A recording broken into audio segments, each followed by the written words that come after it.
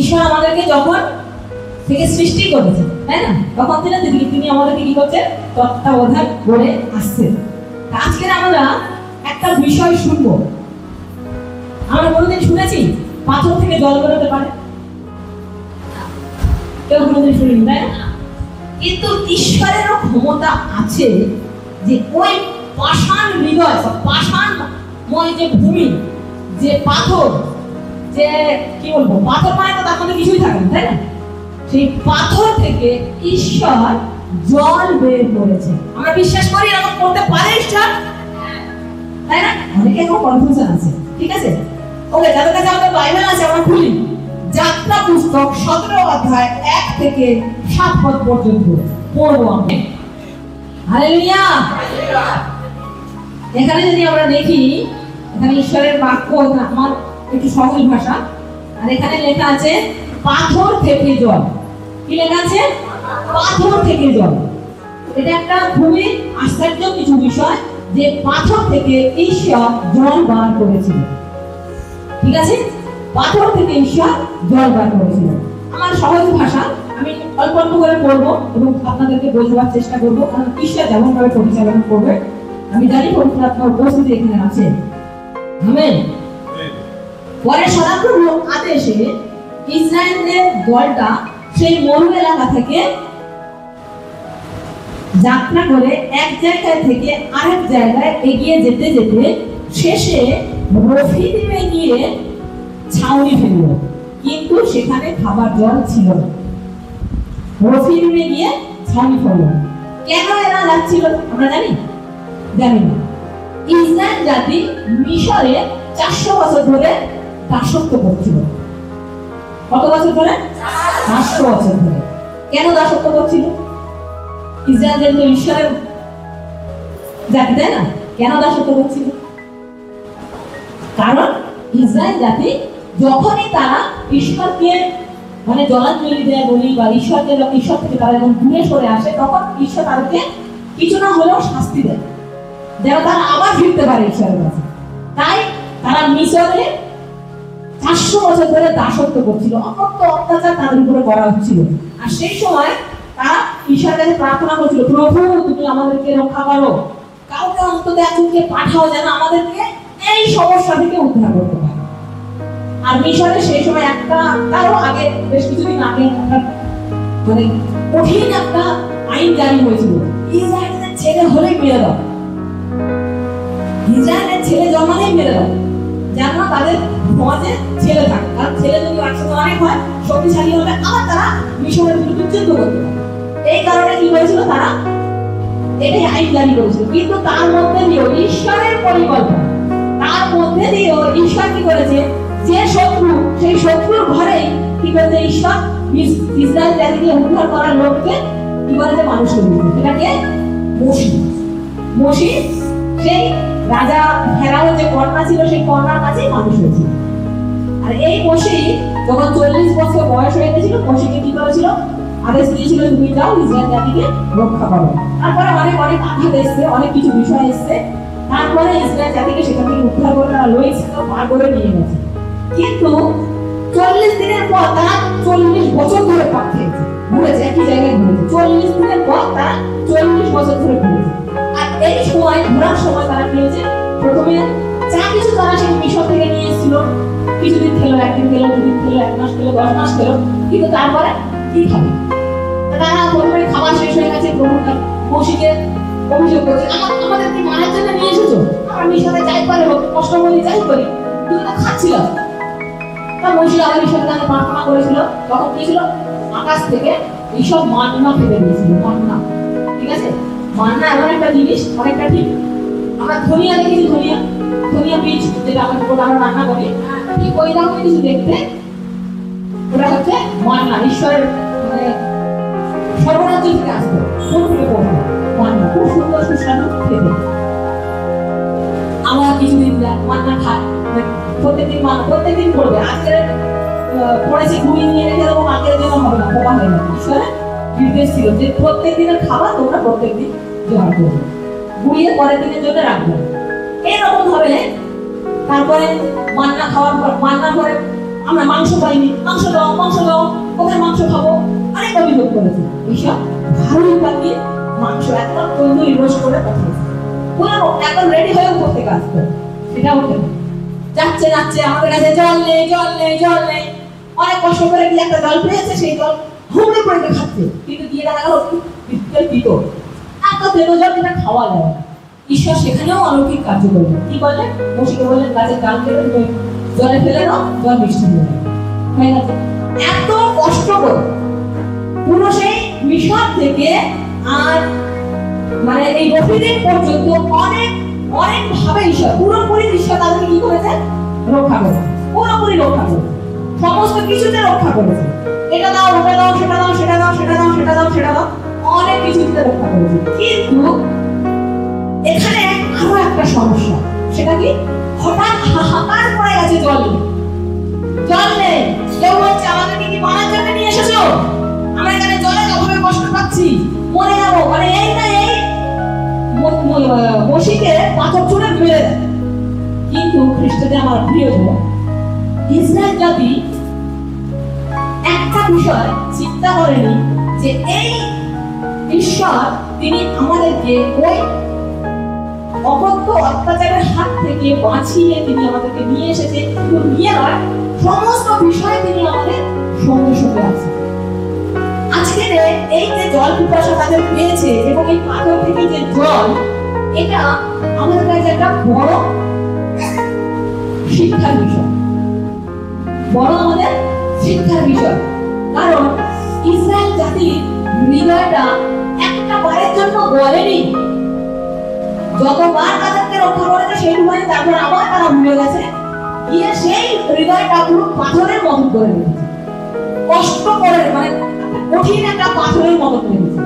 তখনকার ইসরায়েল জাতি আর বর্তমানে ইসরায়েল জাতি, আমরা যারা এখানে বসে রয়েছি, বলুন তো আমাদের হৃদয়টা কি পরিবর্তন হয়েছে? হয়েছে কি? এখনো হয়নি, এখনো হয়নি। যদি আমাদের হৃদয় যদি সত্যি পরিবর্তন হয়ে যেত, যদি আমাদের হৃদয় পরিবর্তন হয়ে যেত, সেই কঠিন হৃদয়টা যদি গলে সত্যি সত্যি সেখান থেকে জল পড়তো, জল বেরোতো, তাহলে অবশ্যই যিশু তৃতীয় আগমন হয়ে যেত। কিন্তু তখনও ইসরায়েল জাতি তারা তাদের হৃদয়কে পাথর করে রেখেছিল।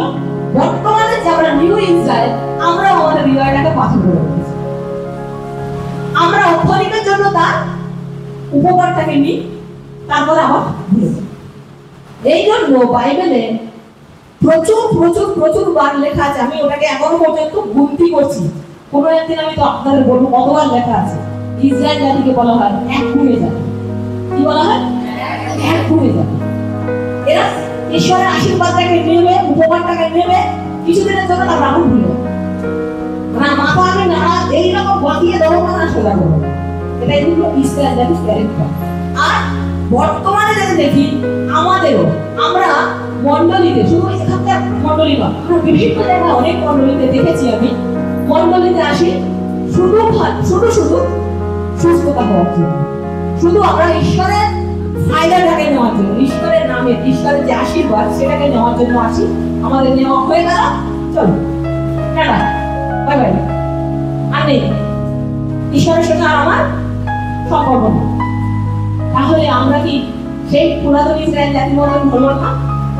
পাথরের মতন আমরাও বললাম না? অবশ্যই। কারণ ইসরায়েল জাতি তারা প্রত্যেকবারের মতন আশীর্বাদটাকে নেবে, উপকারটাকে নেবে, তোমার আস্তে আস্তে ভুলে যাবে। এই সময় ঠিক একই রকম হয়েছিল। তারা জানে যে প্রভু আমাদেরকে এত আশ্চর্য, সব থেকে বড় আশ্চর্য কাজ কি জানেন? যখন মিশরে ওরা ছিল, সেই সময় পুরো মিশরে 10টা আঘাত এনেছিল ঈশ্বর। সেই 10টা আঘাতের কোনো আঘাত ইসরায়েল জাতির উপরে পড়ে, একটা আঘাত ইসরায়েল জাতির উপরে পড়ে। ওরা যে গ্রামটা বা যে এলাকাটাই ছিল, সেই এলাকাটা সুরক্ষিত ছিল। শুধু তাই নয়, 10 নম্বর আঘাতটা খুবই মারাত্মক ছিল। গোটা ইসরায়েল জাতি কান্নায় ভেঙে পড়েছিল। তার কারণ 10ম আঘাতটা ছিল যে মিশরের প্রথম জাত সন্তান, মানে প্রত্যেকটা পরিবারের প্রথম জাত সন্তান মারা যাবে। 10ম আঘাতটা ছিল, ঈশ্বর এত কঠিন একটা আঘাত দিয়েছিল।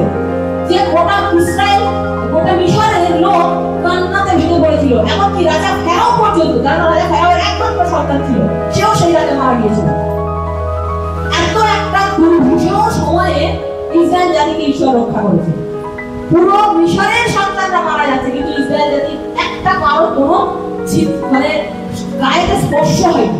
এত বড় অলৌকিক কার্য ঈশ্বর সেখানে করেছেন, তাদেরকে বার করে এনেছে। শুধু তাই নয়, যখন তাদের সামনে লোহিত সাগর পড়েছিল, আমরা অনেকেই এখন যদি ইউটিউব দেখি, মিশরের লোহিত সাগর আমরা দেখতে পাবো। সেই লোহিত সাগর এখনো আছে। সেই লোহিত সাগর ঈশ্বর মোশিকে বলেছিল তোমার লাঠি ছুঁয়ে দাও, আর সেই লোহিত সাগর দেখে দুভাগে ভাগ হয়ে যাবে। তা কি সম্ভব? লোহিত সাগরকে ভাগ করা সম্ভব? আমাদের এখন কাছে ঈশ্বরের কাছে সম্ভব। এখন আমরা ভাগ করতে পারবো না, উপর থেকে ব্রিজ বানাতে পারবো, তাই না? কিন্তু আমরা ভাগ করতে পারবো না। ঈশ্বর দুই দিকে জল দাঁড় করিয়ে দিয়েছিলেন, সোজা পুরো দুই দিকে জল দাঁড়িয়ে গেছে দেয়ালের মতো, মাঝখান থেকে ইসরায়েল জাতি চলে যাচ্ছে।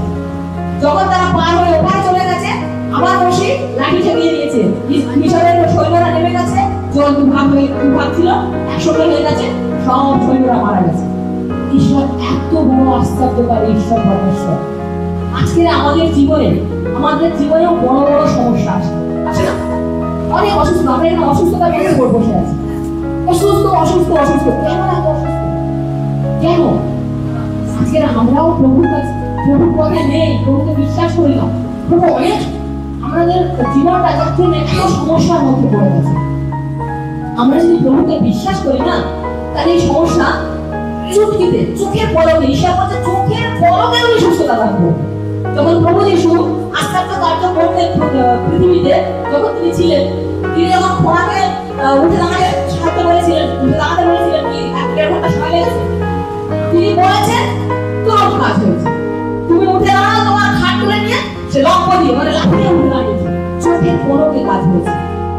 খ্রিস্টে আমার প্রিয়জন, আমাদের জীবনেও যদি সেই চোখের পলকে যদি কাজ দেখতে চাই, তাহলে আমরাও যেন প্রভুকে বিশ্বাস করতে পারি।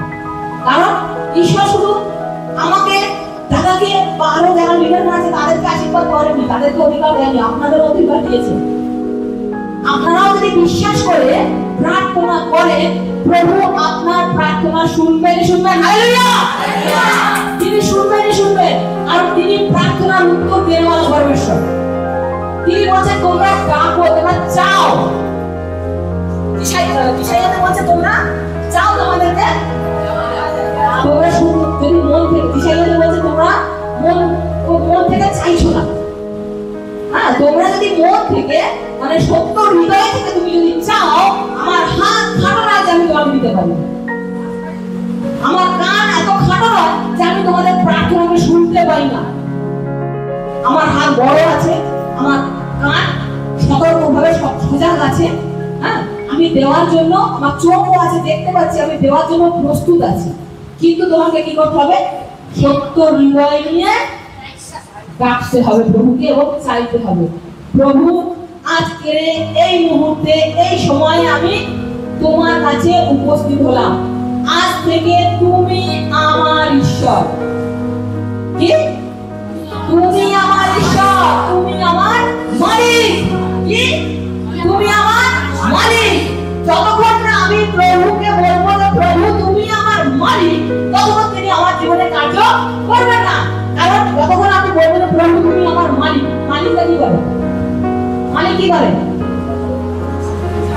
হ্যাঁ, হুকুম চালান। আর তার যে সমস্ত সন্তানরা থাকে মানে তার তত্ত্বাবধানের জন্য তাদেরকে সবসময় কি করে? হ্যাঁ, দেখভাল করে। হ্যাঁ, যদি আমি প্রভুকে আমার সেই মালিকের জায়গায় বসাতে পারি, তাহলেই আমি কি করবো? উদ্ধার পাবো। আমার জীবনে থেকে আমরা উদ্ধার পাবোই পাবো। হালেলুয়া! তাই ইসরায়েল জাতি কি করে? কিছু সময়ের জন্য মালিক রূপে প্রভুকে স্বীকার করে, আবার যখন সমস্যা আসে তখন মাথা থেকে গেছে। ইসরায়েল জাতির মাথা থেকে চলে গেছে যে ঈশ্বর বলে কেউ একজন আছে, তাই তারা উদ্ধত হয়ে গেছে।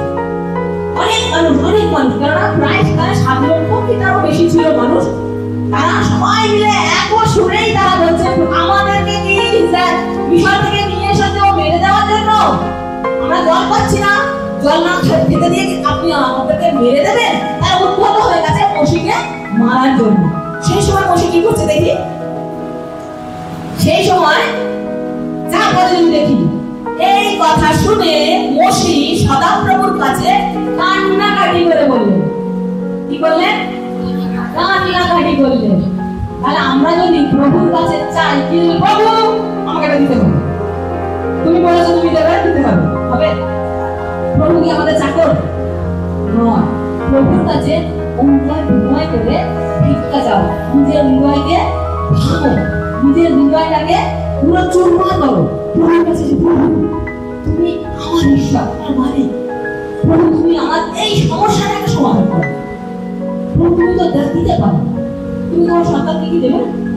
আমরা হৃদয় থেকে কান্না করে, মসি কান্না করে প্রভুর কাছে প্রার্থনা করছিল যে প্রভু তুমি যে ইসরায়েল জাতিকে পরিচালনার জন্য দিয়েছো, তুমি যে ইসরায়েল জাতিকে মিশর থেকে বার করে আনতে বলেছো, আমি এনেছি, কিন্তু তারা এখন আমার উপরে চড়াও হচ্ছে, এই না তারা আমাকে পাথর মেরে মেরে দেয়। প্রভু তুমি এই সমস্যা থেকে আমাকে কি করো, সমাধান করো, আমাকে রক্ষা করো। কিভাবে আমি এই ইসরায়েল জাতিকে বাঁচাবো, তাদেরকে শান্ত করাবো? তখন প্রভু কি বলছে দেখি, আমি এই লোকদের নিয়ে কি করবো? মসি বলছে আর একটু হলেই তো তারা আমাকে পাথর মারতো। তার মানে কিরকম সিচুয়েশনে চলে গেছে, মসিকে প্রায় পাথর মারার অবস্থায় চলে গেছে। তখন ঈশ্বর কি বলতে দেখো, তখন সদাপ্রভু মসিকে বললেন, ইসরায়েলের কয়েকজন বৃদ্ধ নেতাকে সঙ্গে নিয়ে তুমি লোকেদের আগে চলে যাও। কোন লোকেদের আগে? যে সমস্ত ইসরায়েল জাতি ছিল সেই জাতির আগে এগিয়ে যেতে বলেছে। বৃদ্ধ নেতাদের মানে একা নয়, কিছু তার সঙ্গে আরো ঈশ্বরের সন্তানরা, যারা ঈশ্বরেতে বৃদ্ধ, ঈশ্বরেতে যারা প্রবীণ, ঈশ্বরেতে যারা গভীর বিশ্বাস, ঠিক আছে, সেই সমস্ত বৃদ্ধ নেতাদের, সেই সমস্ত বয়স্ক মানুষদের তুমি নাও এবং এগিয়ে যাও। এগিয়ে গিয়ে কি করবে? দেখো কি বলছে, আমি লোহিত সাগরের কথা বলেছি, দেখো এখানে সেটাই বলছে, যে লাঠি দিয়ে তুমি নীল নদীকে আঘাত করেছিলে। কোন নদী? নীল নদী, লোহিত সাগর, ঠিক আছে, যে নদীকে তুমি আঘাত করেছিলে, নীল নদীকে আঘাত করেছিলে, সেটাই সেই সেই লাঠিটাকে হাতে নিয়ে তুমি এগিয়ে যাও। তারপরে দেখো ঈশ্বর একবার বলেনি যে আমি তোমার সাথে থাকবো না, এখানে কি বলছে দেখো, তারপর আমি হোরেবের যে পাহাড়, মানে যে পাহাড়ে উনি গেছিল লাঠিটা মেরেছে, সেই হোরেবের পাহাড়ের কাছে তোমার সামনে একটা পাথরের উপরে গিয়ে দাঁড়াবো। কি বলেছে? আমি কিন্তু সেখানে থাকবো, দাঁড়াবো, সেই পাথরের উপরে আমি গিয়ে দাঁড়াবো। ঈশ্বর কিন্তু মসিকে ছেড়ে দেননি, দিয়েছে? ঈশ্বর মসিকে ছেড়ে দেননি, মসির সঙ্গে সঙ্গে ছিল। বলছে যে তুমি যে পাহাড়ে যাবে, যে পাহাড়ের কথা বলছে হোরেবের পাহাড়ে, তুমি যাও, আমি সেখানে পৌঁছে যাচ্ছি। মানে মসির আগেও ঈশ্বর সেখানে গিয়ে পৌঁছে যাবে। তারপরে কি বলছে দেখি, তারপর আমি তুমি সেই পাথরের গায়ে আঘাত করবে আর তাতে লোকেদের খাবার জন্য সেখানে জল বের হয়ে আসবে। হালেলুয়া! দেখো ঈশ্বর এতই মহান শক্তিমান, তিনি সর্বশক্তিমান, তিনি পাথরের মধ্যে দিয়ে কি হয়, জল বার করতে পারে। পাথরের মধ্যে দিয়ে জল বার করতে পারে। বলে তোমার যে হাতে লাঠিটা আছে, সেই লাঠিটা জাস্ট তুমি সেই পাথরের গায়ে ঠেকাবে আর তখনই দেখো সেখান থেকে জল বেরিয়ে এসেছে। খ্রিস্টদের আমার প্রিয়জন, এই যে মানে কি বলবো, বহু মূল্যবান একটা বিষয়, বহু মূল্যবান একটা সময়, যে ঈশ্বর তার সন্তানদের রক্ষা করার জন্য তিনি কি করছেন, পাথরের মধ্যে দিয়ে জল বার করছে। আর এই পাথরটা তো বলতে পারবো, এই পাথরটা কে? কেউ একটু গেস করুন, পাথরটা কে? কে বলবেন? পাথরটা কে? প্রভু যিশু, রাইট, প্রভু যিশু। হালেলুয়া! সেই পাথর হচ্ছে প্রভু যিশু। কারণ সেই পাথর আমরা যদি নতুন নিয়মে দেখি, বলছে যে সেই পাথর সেই ত্রিকোণের পাথর হয়ে উঠেছিল। হ্যাঁ, যে আমাদের জেরুসালেমের মন্দিরের সঙ্গে তুলনা করেছিল, সেই বলেছিল যে কোণের পাথর। হ্যাঁ, প্রভু যিশু হচ্ছে সেই পাথর। আমরা কি দেখি, আমি একটা জায়গায় পাথরের বিষয়ে আপনাদেরকে বলতে চাই। প্রথম করিন্থীয় তার 10 অধ্যায়। আমি সেই কেন বললাম যে সেই পাথরটা কে, প্রভু যিশু, তার প্রমাণ আপনারা পেয়ে যাবেন প্রথম কোরিন্থীয় তার 10 অধ্যায়।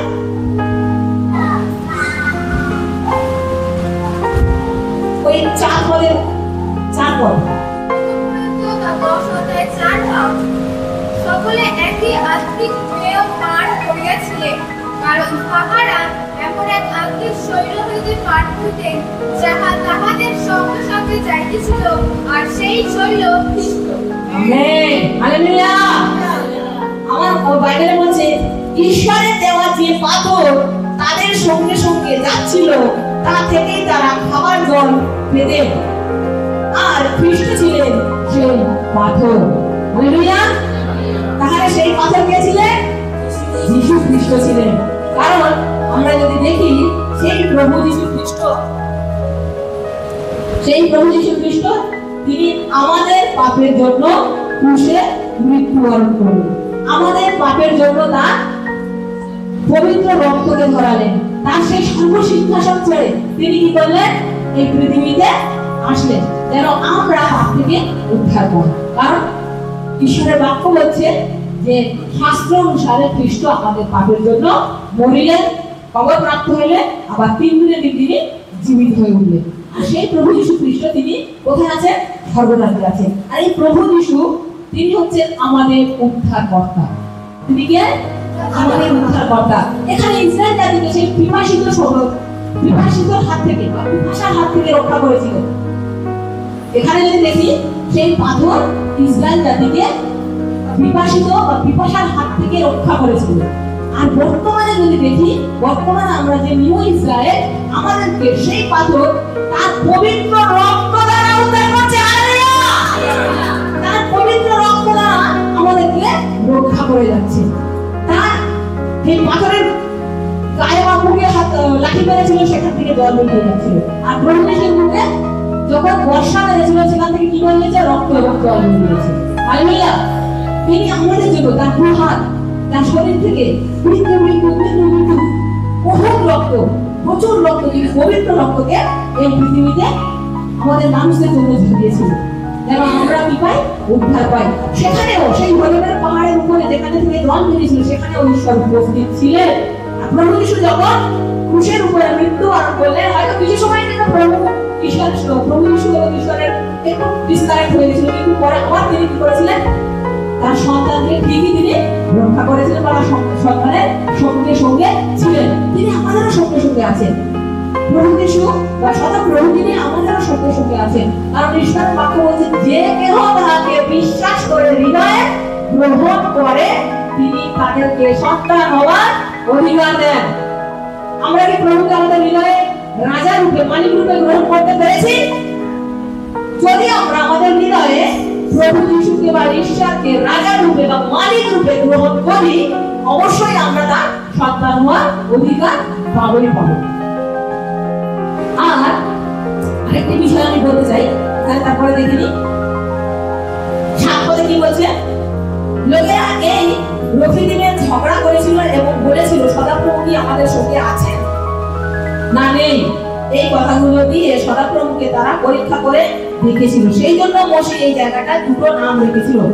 এক হচ্ছে মশা, যার মানে পরীক্ষা, এবং মরিবা, যার মানে ঝগড়া। ঠিক আছে? আমরা যদি দেখি যে সেই জায়গা, সেই স্থানের নাম মোশি 2টো বিষয় রেখেছিল। একটা হচ্ছে মশা, যার মানে পরীক্ষা, তার মানে তারা ঈশ্বরকে পরীক্ষা করেছিল। তারা ইসরায়েল জাতি এমন একটা জাতি, তারা প্রতি ক্ষণে ক্ষণে ঈশ্বরকে পরীক্ষা করছে, প্রতি ক্ষণে ক্ষণে ঈশ্বরকে পরীক্ষা করছে। তাই এই জায়গাটাও যখন তারা পরীক্ষা করেছে, সেই জন্য মোশি সেই জায়গাটার নাম রাখলে মশা বা পরীক্ষা।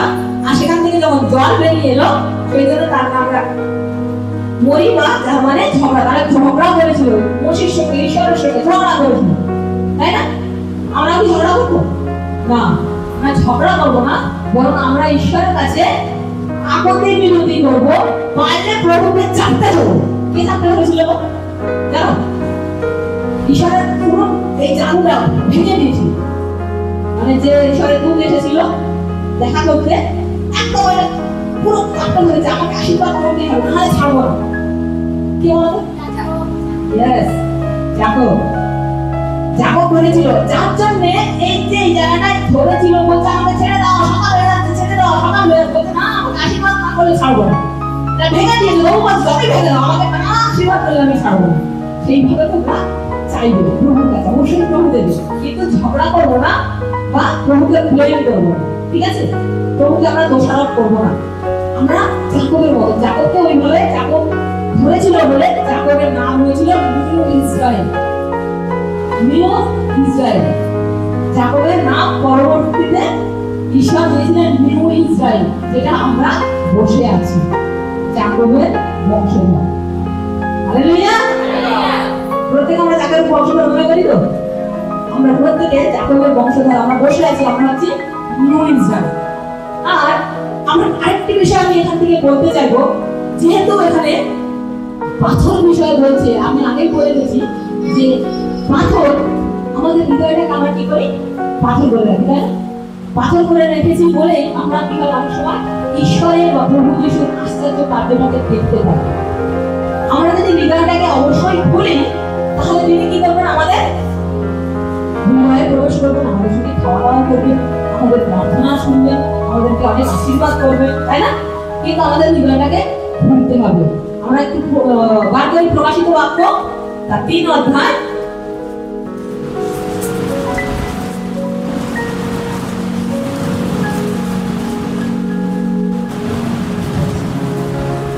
প্রকাশিত বাক্য 3 অধ্যায় 20 পদ। দেখো আমি দ্বারে দাঁড়াইয়া আছি ও আঘাত করিতেছি, কেহ যদি আমার রব শুনে ও দ্বার খুলিয়া যায়, তবে আমি তাহার কাছে প্রবেশ করিব ও তাহার সহিত ভোজন করিব, ও সেও আমার সাথে ভোজন করিবে। Amen, amen, hallelujah. দেখো আমাদের সেই হৃদয়টা পাথরের মতন শক্ত হয়ে গেছে, তাই তো? আমাদের হৃদয়টা পাথরের মতন শক্ত হয়ে আছে। আর আমাদের হৃদয় যদি আমরা খুলি, কারণ আমাদের হৃদয় সেই পাথরের হৃদয়ে, পাথরের কাছে এসে ঈশ্বর কোরআন আছে। আমরা বাড়িতে আসলে কেউ কলিং বেল টিপি, আর আগেকার কলিং বেল ছিল না, আমরা দরজায় নক করতাম, তাই না? ঠক ঠক ঠক ঠক করে নক করতাম। হৃদয়ে আমাদের ঈশ্বর প্রভু যিশু আমাদের হৃদয়ে কোরআন আছে। আমাদের সেই পাষাণ হৃদয়, আমাদের পাষাণ হৃদয়ে প্রভু যিশু কোরআন আছে যে তোমরা তোমাদের হৃদয়কে খোলো, তোমরা তোমাদের হৃদয়কে খোলো, যেন আমি তোমাদের হৃদয়ে প্রবেশ করতে পারি এবং তোমাদের সঙ্গে খাওয়া দাওয়া করতে পারি। খাওয়া দাওয়া বলতে কি বানান চিকেন খাবে না, ঈশ্বরের সন্তানেরা ওটা নয়। তিনি আমাদের সঙ্গে আত্মিক খাওয়া দাওয়া, আত্মিক ভোজন, আমাদের সঙ্গে আত্মিক ভোজন করতে চান, আমাদের সঙ্গে তিনি ফেলোশিপ করতে চান, হ্যাঁ, তিনি আমাদের সঙ্গে ঈশ্বরের গৌরব করতে চান। আর যদি আমরা হৃদয়টাকে পাথরের মতো করে রাখি, তাহলে সেই পাষাণ হৃদয়ে তিনি প্রবেশ করতে পারবেন। তাই আমাদের সেই পাষাণ হৃদয়কে গলাতে হবে, আমাদের সেই পাষাণ হৃদয়টাকে চুরমার করতে হবে, সেখান থেকে জল বের করতে হবে। পাষাণ হৃদয়টাকে ভাঙলে চোখে থেকে জল পাবে, আর ঈশ্বর তখন আপনার মধ্যে প্রবেশ করবে। আপনারা যখন অতি কষ্টের মধ্যে আছেন, অতি দুঃখের মধ্যে আছেন, অতি সমস্যার মধ্যে আছেন, আপনারা আসুন, হাঁটুতে প্রভুর কাছে প্রার্থনা করুন। হালেলুয়া। প্রভুর কাছে হাঁটুতে প্রার্থনা করুন, হৃদয়কে ভাঙুন যে প্রভু আমি পাপী, নিজেকে পাপী বলে স্বীকার করুন। প্রভুর কাছে যখন আমরা নিজেকে পাপী বলে স্বীকার করবো, একদম সেই শূন্যতে নিয়ে যাবো, প্রভু আমি শূন্যতে আছি, আমি কিছু নয়, আমি কিছু নয়, আমি কিচ্ছুই নয়, আমি সাধারণ একজন, আমি তোমার যোগ্য নই। যখন আমি নিজেকে একদম ভাঙবো, নিচু করবো, ঈশ্বর আপনাকে উঁচুতে করবেন। হালেলুয়া। আপনি যখন নিজেকে নিচু করবেন, ঈশ্বর তখন আপনাকে উঁচুতে তুলবেন। তাই আপনাকে সেই কঠিন হৃদয়, সেই পাথরকে গলাতে হবে। যে পাথর মানে পাহাড়ে ঈশ্বর যেখানে উপস্থিত ছিলেন, মসির লাঠি দ্বারা যে পাহাড়ে ঘা দিয়েছিলেন, সেখান থেকে যে জল বেরিয়েছিল, মিষ্টি সুস্বাদু জল, আমরাও আমাদের হৃদয়কে ভাঙি, প্রভুকে সেই হৃদয়ে মালিক রূপে বসাই এবং আমাদের জীবনটা মধুর করে তুলি, মিষ্টি করে তুলি, যেন আমরাও প্রভুকে বলতে পারি যে প্রভু তুমি এসো, আমি আমার হৃদয়কে প্রস্তুত করে রেখেছি। হালেলুয়া। প্রভুকে যেন আমরা বলতে পারি যে প্রভু তুমি এসো, আমরা আমাদের হৃদয়কে প্রস্তুত করে রেখেছি। যেন আমরা বলতে পারি যে প্রভু তোমার জন্য আমি সব সময় প্রস্তুত হয়ে আছি। যখন আমরা প্রভু সেই আসার জন্য বা প্রভুকে আমাদের হৃদয়ে গ্রহণ করার জন্য নিজেকে প্রস্তুত করব, তখন অবশ্যই সেই পাষাণ হৃদয় বলবে, পাষাণ হৃদয় থেকে জয় বেরোবে এবং আমরা আমাদের পাষাণ হৃদয় প্রভুর জন্য উন্মুক্ত করে দেবো, খুলে দেবো এবং প্রভুকে বলবো আপনি আমার হৃদয়ে মালিক হয়ে বসুন। প্রভু আপনি আমার মালিক, আপনি আমাকে যেভাবে পরিচালনা করবেন আমি সেইভাবেই পরিচালিত হতে চাই। যদি আমি বলি যে আমার জীবন আমি যা ইচ্ছা তাই করবো আর চার্চে এসে কেঁদে কেঁদে প্রার্থনা করবো, ঈশ্বর প্রার্থনার উত্তর দেবেন না। আমাদেরকে আগে প্রভুকে প্রায়োরিটি দিতে হবে, প্রভুকে প্রথমে রাখতে হবে। তিনি আমাদের মালিক, তিনি আমাদের সৃষ্টিকর্তা, তিনি আমাদের উদ্ধারকর্তা। যাই বলি না কেন সমস্ত কিছুর জন্য তাকে মালিক রূপে স্থান দিতে হবে। তাহলেই আমরা কি পাবো? সেই ঈশ্বরের আশীর্বাদ, ঈশ্বরের অনুগ্রহ এবং তার আরোগ্যতা আমাদের জীবনে আমরা উপলব্ধি করতে পারবো। আমরা যে প্রার্থনা করি আর তিনি আমাদেরকে উত্তর দেন, তারপরে যদি আমরা ভুলে যাই তাহলে ঈশ্বর অনেক অখুশি হয়ে যায়। একই সাথে আমার প্রিয়জন, আমরা যেন প্রভুকে ভুলে না যাই, আমরা যেন প্রভুকে বিশ্বাস করতে পারি, আমরা যেন প্রভুকে আমাদের হৃদয়ের মালিক রূপে স্বীকার করতে পারি, আমরা যেন আমাদের প্রভুকে আমাদের হৃদয়ের উদ্ধারকর্তা পরিত্রাণকারী রূপে যেন আমরা গ্রহণ করতে পারি। তাহলেই তিনি আমাদেরকে কি করবেন? রক্ষা করবেন, তিনি আমাদেরকে উদ্ধার করবেন। তাই খ্রিস্টে আমার প্রিয়জন, আজকে আমরা যে বাক্য আমরা শুনলাম যে সেই মসজিদ যে সেই পাথরকে তিনি আঘাত করেছিলেন, সেখান থেকে বৃষ্টি জল বেরিয়েছিল। তত প্রভু আমরা আমাদের হৃদয়কে সেই কঠিন পাথর থেকে গলিয়ে আমরা তোমাকে আহ্বান করতে চাই। আমরা প্রত্যেকে চোখ বন্ধ করি এবং প্রার্থনার মধ্যে আসি। প্রভু তুমি আমার জীবনের মালিক, প্রভু তুমি আমার জীবনের উদ্ধারকর্তা, রক্ষাকর্তা এবং তুমি মালিক হয়ে আমাকে পরিচালনা করো।